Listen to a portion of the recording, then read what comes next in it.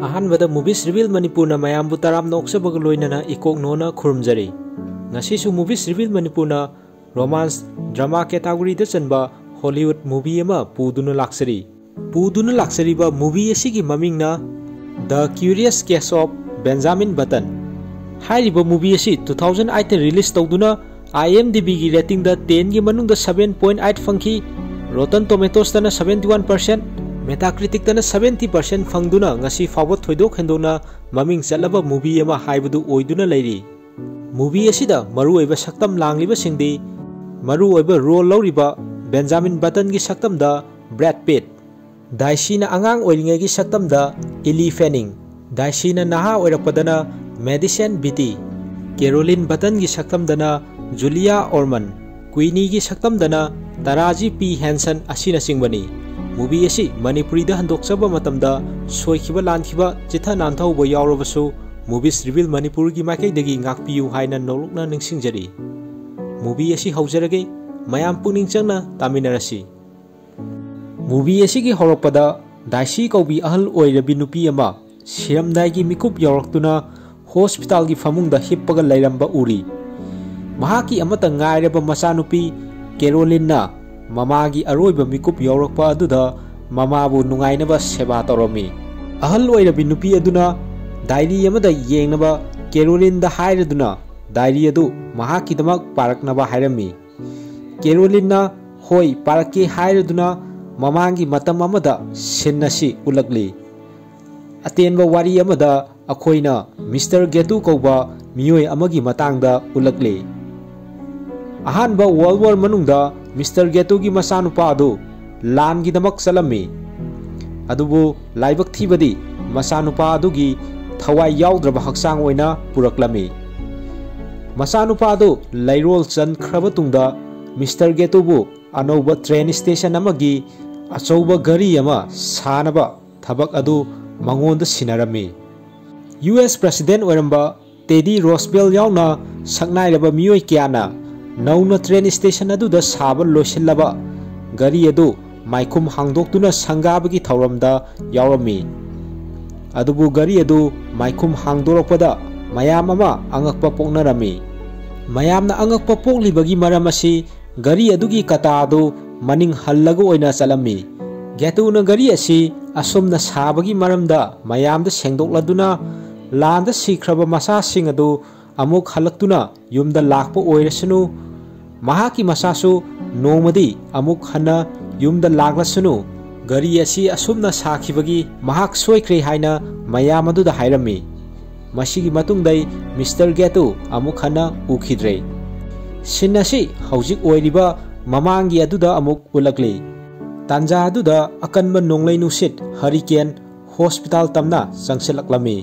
Akanba nonglai nusit adu laklabasu Caroline na diary adugi atopa tangkak amada amuk faktoktuna Benjamin Button kauba miyoi amagi wari amuk hauraklami. Numit asi November 11, 1918 ni ahanba World War loisanba numit adugi nungdangda sikraba lanmi singi imungna tengtharami aduga nakal amoromdana praja mayam amana harau nungaiba fongdoklami. Adubu Thomas Button kauba miyoi amadi mayam marak adudagi mayum yaunaba question selami. Mahakna pakhana mayumda selaklami. Mayum yaubaga mahaki nupi adu angang unaduna lairamba thengnarami. Laibak thibadi mahaki nupi adu angang unabada kanba ngamdana siramdagi mikup haibudu oirami. Thomas Button na mahaki nupi gi manakta sanglami.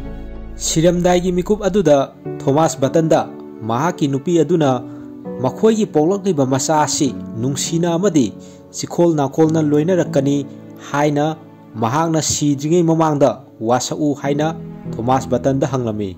Thomas na mahaki nupi na hairiba sing adu tawgani haina wasakli. Mahakna pokpada ngairiba kaptuna leiriba masa nupa adubu yengba changlami. Adubu lairamliba nurse aduna pakhatanaba Thomas ta hairami. Masa nupa adugi oiramliba mawong adu ubada Thomas na oge tawraduna masa adu puraduna khangaudana Thomas na masa aduga loinana yumdugi mapalda chenthora khirami. Mahakna leiriba yum adudagi nakna leiba pat amada Thomas na masanupa adubu ising aduda thadage torami. Talak aduda Thomas po police singna lauraduna tanaraklami. Thomas na masado atopa mafam amada amuk puduna chenkirami. Tanaragliba police sing adu Thomas na lotkibadagi thiba khangdana mangkhirami. Masigi matungda Thomas na masanupa adu mahakna lotliba mafam duda lairamba yum amagi kakhatfamda angang adu fina khumjallaga hundoklamlaga Thomas satkhirami. Ngahaki matungda sahi nauriba matai manau tiji amadi mahaki nupi Queenie kauba miyoi anina angang aduna hundoklaga thanamliba yum adudagi mapalda makhoi ani wari sanaduna tholaklami. Makhoi anina yumdugi steer aduda kumdarakpada hundoklaga thanamliba fina khumjallamliba angang adu thengnarami. Angang adubu khumjalliba fi adu Queenie na hangdoklami. Amuktabu ukhidriba yamna tongan taba angang adu matai manau aduna urami. Matai manau anidu angang dugi saktam du ubada akiba farami. Tiji na angang adu thanamnaba mahaki nupi Queenie da hairabasu mahaki nupi aduna yadabadagi angang adu pangkhatuna imung manungda pusalaklami. Makhoina lairiba yum asi ahal mayamgi laibam oirami. Queenie na angang aduda yengladuna Benjamin haina maming tholami. Yumduda lairiba doctor aduda angang asi yenghalami. Maduda angang asi ahal ka henna oisanbai leina naba mali haina makhoina angang aduna oiriba mawong matau adu yengbaduda khalami. Angang asi cataract na maram oiraga mit ude mana tade unsada elasticity yaudre arthritis na maram oiraga angang asi lengba khotpa ngamloi haina doctor aduna hairami.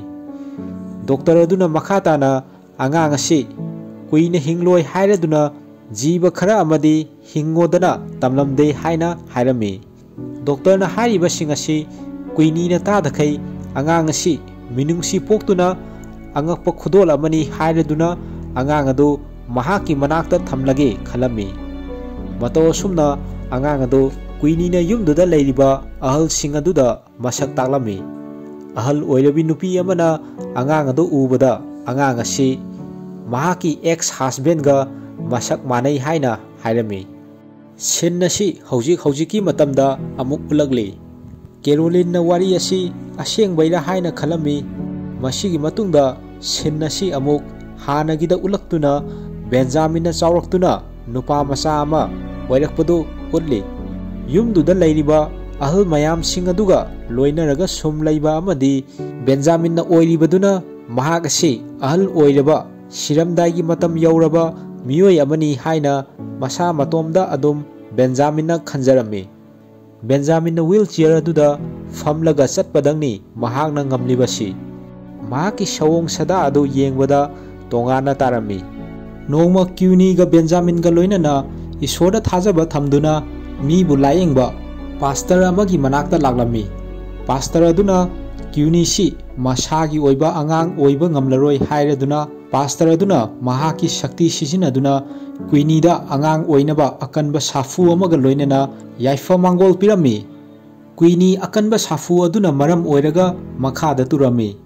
Mathangda pastor aduna Benjamin gi manakta sanglaktuna Benjamin da sahi kya surage hain hanglami. Benjamin na mahak sahi taret sure adubu yengbada ahal manbani haina pastor aduda hairami.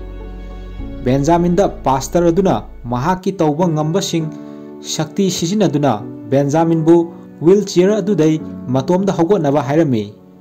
Angakpa amoina Benjamin na lepa ngamlami adubu khongkap ama thangnaba honabada Benjamin makhada tusalami. Pastor aduna hogotnaba haina lauraduna Benjamin na matomda hogolaklami amadi mahaki ahanba khongthang adu thanglaklami. Adubu ishon angakpa si Benjamin da piraklabasu pastor adu ishona lausin khirami. Khangaudana pastor adu heart attack tawraktuna mafam aduda sirami. Masigi matungda Benjamin na saisu sijinaduna matomda satpa ngamlami. Mahakna Queenie gi nupa tiji gi mamanaba yauna miyoi kharaga khangnaba horoklami. Benjamin na lairiba yum aduda sahi asum hokhibana ahal mayam ama mathang sikhibadu Benjamin na urami.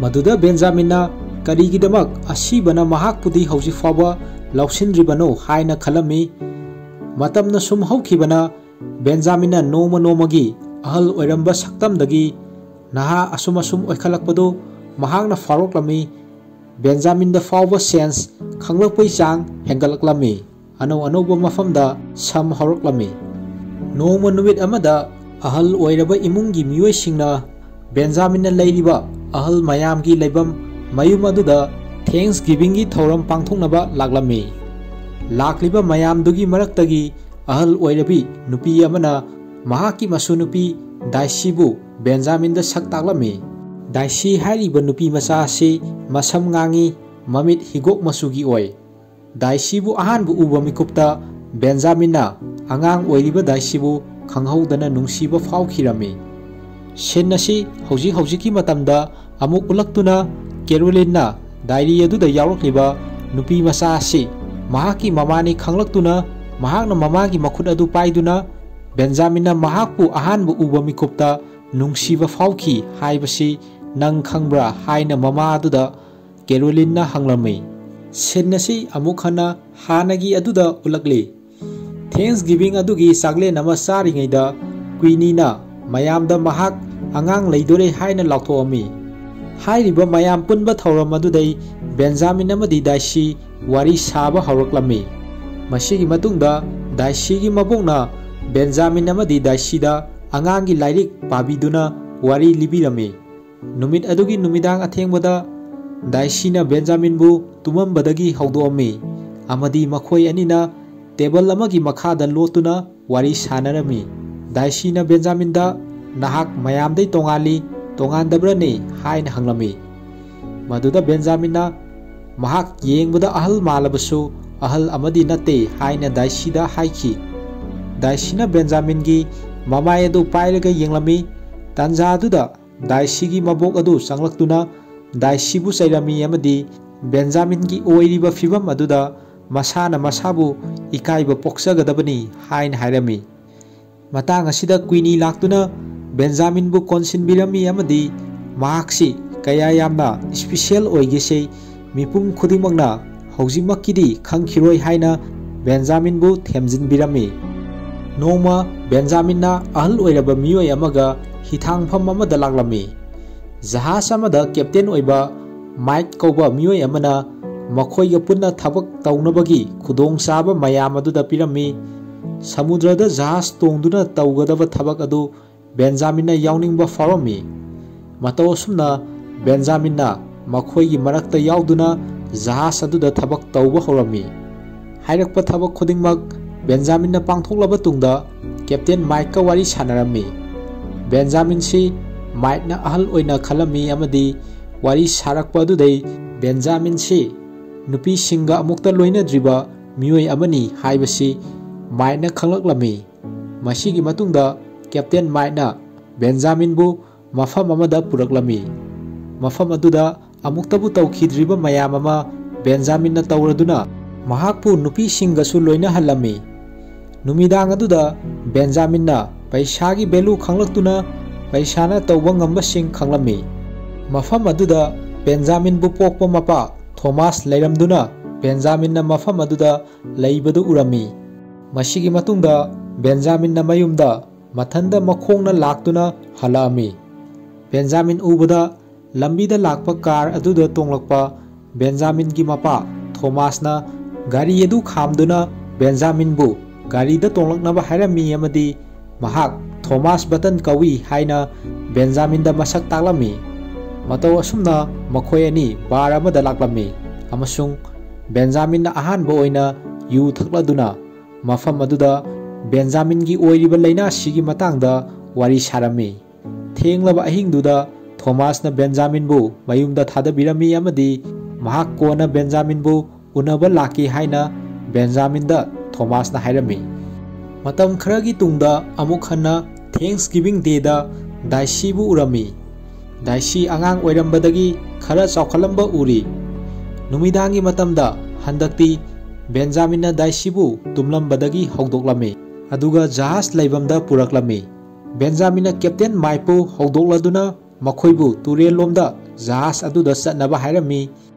Maity Sunday ओइबना you याम गाउरमी अदु ओइरेबसु जहाज अदु थौबा हौरमी Benjamin अमदी दाइसी अहिंदुगी फजबसिंग अदु येंगलदुना नुंगाइना अहिंदु हौखिरमी मसिगी मतुंगदा Benjamin गी मसम अदु कलमी मदुदा बेंजामिनना मी अतै गैना अहल सुम ओइसलकलगा महागना सुम नहा ओइथोरक्लिबसि करिगिनो हाइना खंजरमी मसिगी मतुंगदा मखोइगी युमदुदा लैबा अहल अमा सिरमी बेंजामिन अहल दुगी अरोइबा मथौ मंगम पांगथोकपदा सरुक यारमी अमदी महाकसु युम मसि थादोक्तुना चटलगे हाइना बेंजामिन खलक्तुना पोगलकपदगी अहल सिंगना लैरिबा yum अदुदा चावरकपादो अरोइबदा महाकपु योक्पिरकपा mama Mopa अमदी लैरिबा मयामदो थादोकलमलगा युमदुदगी थोलकलमी मसिगी मतुंगदा बेंजामिनना captain माइटका लोइनना जहाजता मपुंग फाबा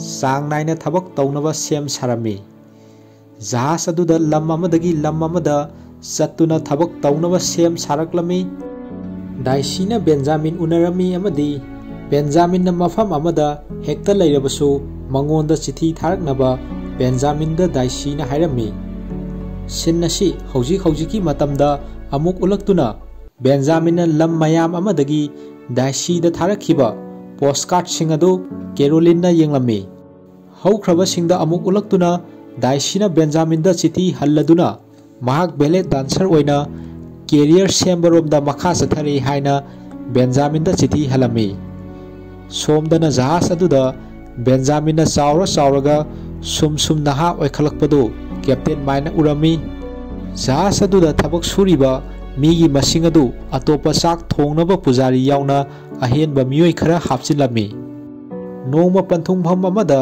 Benjamin अमदी अतै मियोय सिंग अदु होटेल अमदा लैरमी मफम अदुदा बेंजामिनना स्पाई ओइबा एलिजाबेथ कौबी नुपी अमा अमसुंग महाकी नुपा वाल्टरगा थेंगनरमी बेंजामिनना तुम्बा याद्रबा मतम अमदी एलिजाबेथना महाकी नुपा वाल्टर लैत्रबा मतमदा होटेल दुगी लॉबीदा मखोय अनि नुमिदांग खुदिंगी उनबा हौरक्लमी मदुदगी बेंजामिन एलिजाबेथपु नुंगसिबा हौरक्लमी अमदी मखोय अनि मरी लैनरक्लमी हाइरिबा पावसी बेंजामिन दाइसीदा चिठी इदुना तमलमी बेंजामिन इरक्लिबा चिठी एदुदा दाइसीना मथ्वाय नुंगाइतना येंगलमी अदुबु दाइसी बेले डांसर ओइदुना खुमांग चावसिना चंगसिलबसु बेंजामिन की चिठी एदुना दाइसी की थमोय काहेलमी नोमा होटेल लॉबी एदुदा एलिजाबेथ लैबा बेंजामिन थेंगनरमदे एलिजाबेथ मफम अदु थादोक्तुना चटखिरंबा ओइरमी Benjamin hotel lobby एदुदा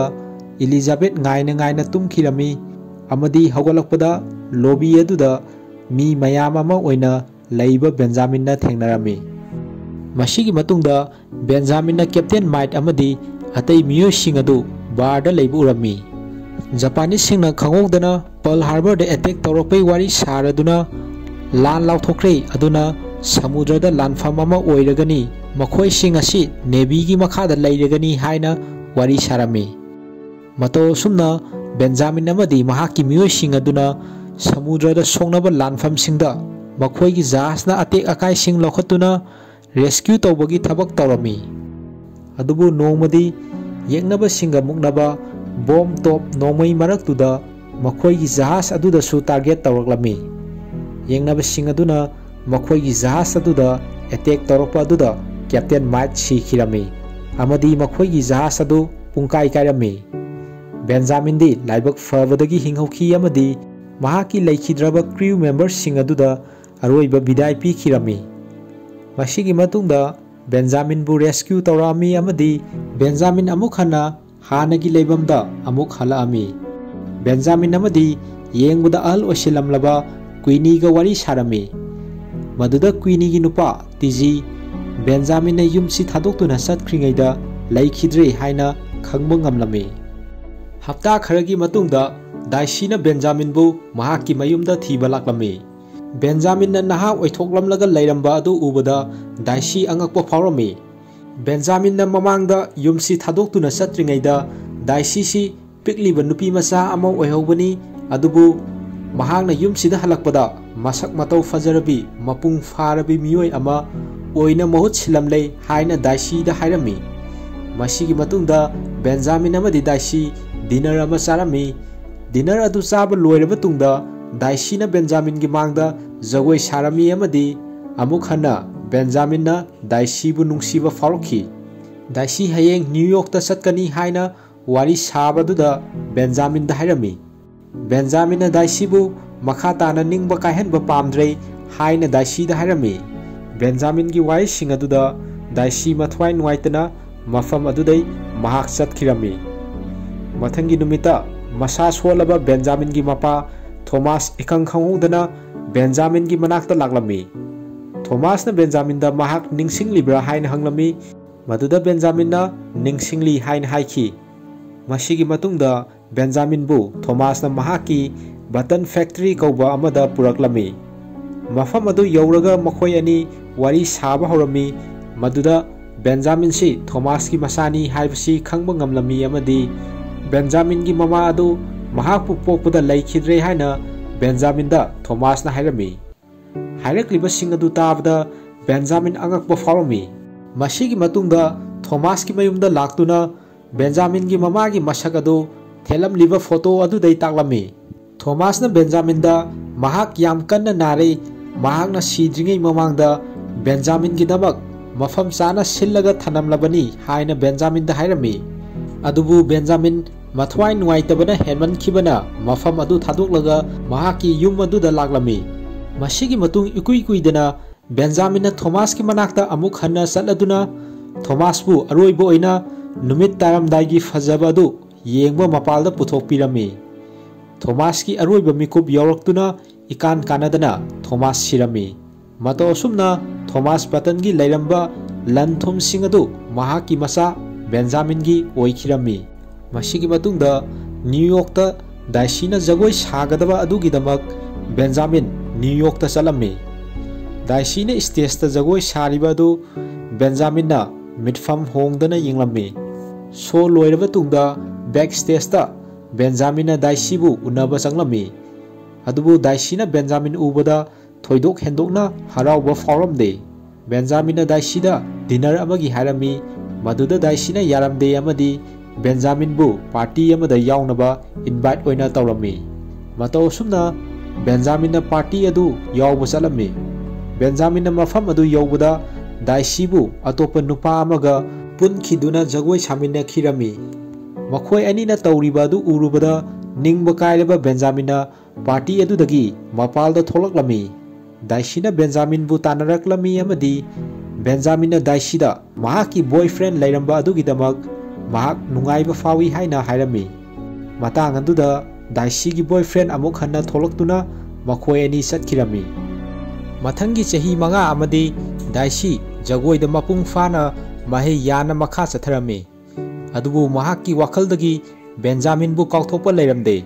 Somdana Benjamin na mahaki motorcycle da tour chatuna amadi mahaki yumgi ate akai sing semjinbada mating pangduna matam haukhirami.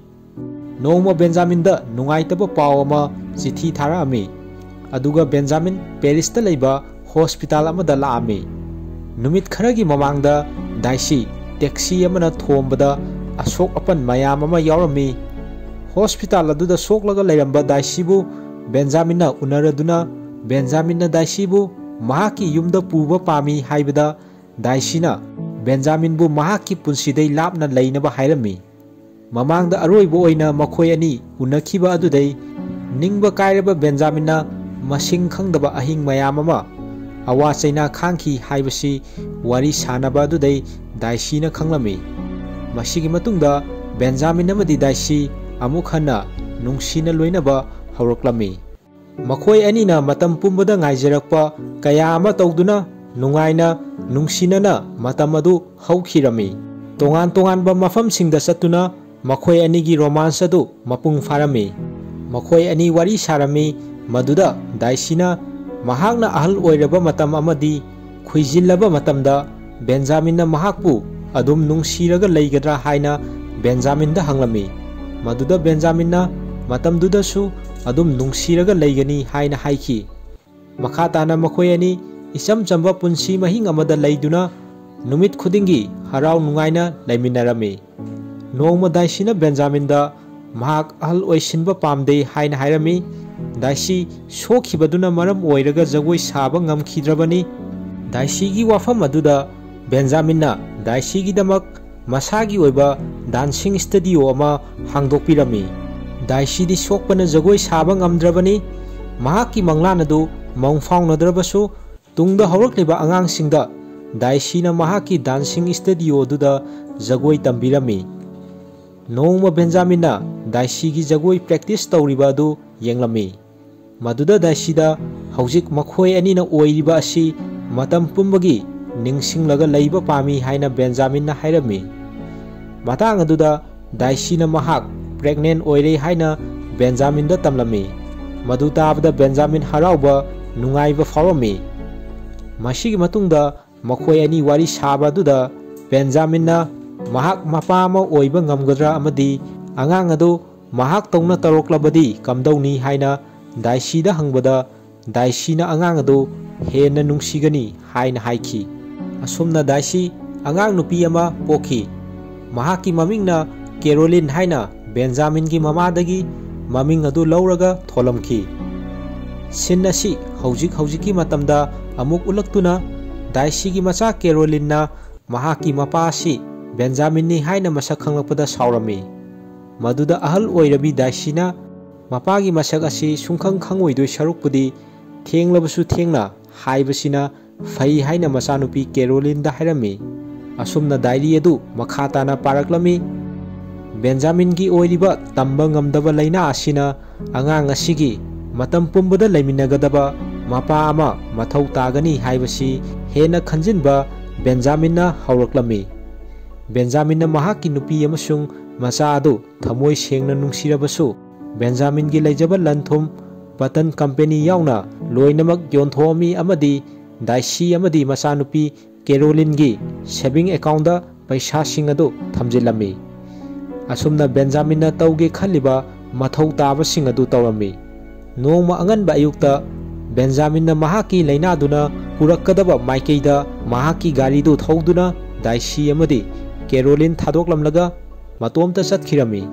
Haujiki matamda sinnasi amuk ulaktuna Caroline na mahakki mapa Benjaminna mahakki damak nungaitana tharakhiba postcard singadu parami. Postcard amada Benjaminna mahakki macha Caroline da happy 5th birthday haina wish piraduna Caroline na school ahanba kabada mahak leijaramlabadi haina irami. Postcard singadu parubada Caroline mathwai nungaitana mapi tarami. Benjamin si awa chainaga loinana India yauna mafam atai singda leiramba uri. Sahi 12 muki matungda nongma Benjaminna mahakki nupi amadi macha unaba laklami. Benjamin si ahal oirambadagi angang sum oithoraktuna ingkhalakliba nupa macha ama oina oiraklami. Benjamin amadi mahakki nupi amasung macha adu amuk hana unarami.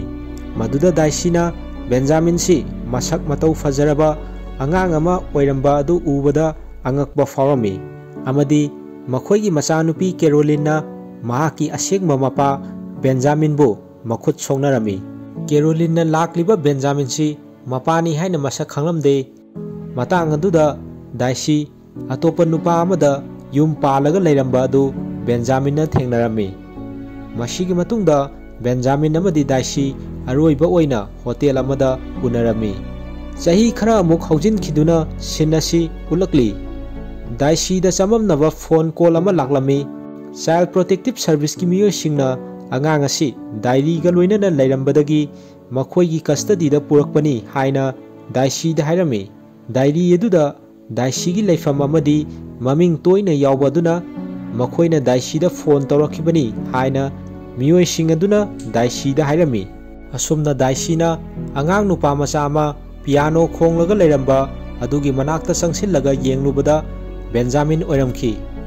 Benjamin da Daisina thenglubada Benjaminna Daisibu masak khangdabadawna tawrakhi.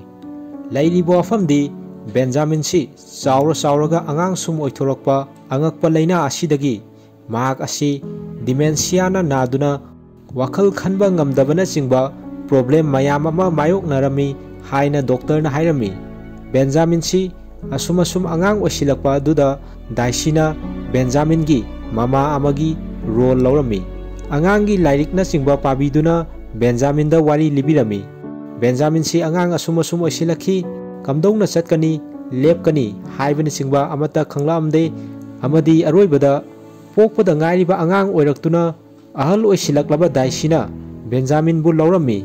Masigi matungda sinnasi movie asigi horokpada yaukhiba train station aduda amuk ulaktuna mamangda achouba gari gi kata adu maningda hallaga chatpa gari adu digital watch amana oina mahut chindokhibadu ulli. Benjamin gi aroiba mikup adu yorokpada daisina hairami.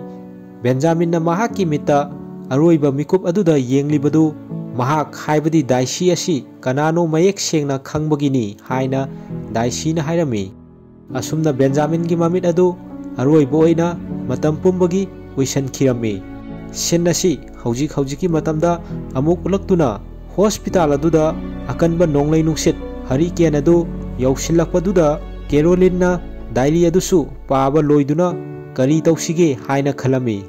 Uchek ama makhoina leiriba ka manakta paisilaklami amadi daisi su aroiba yahip tankhirami.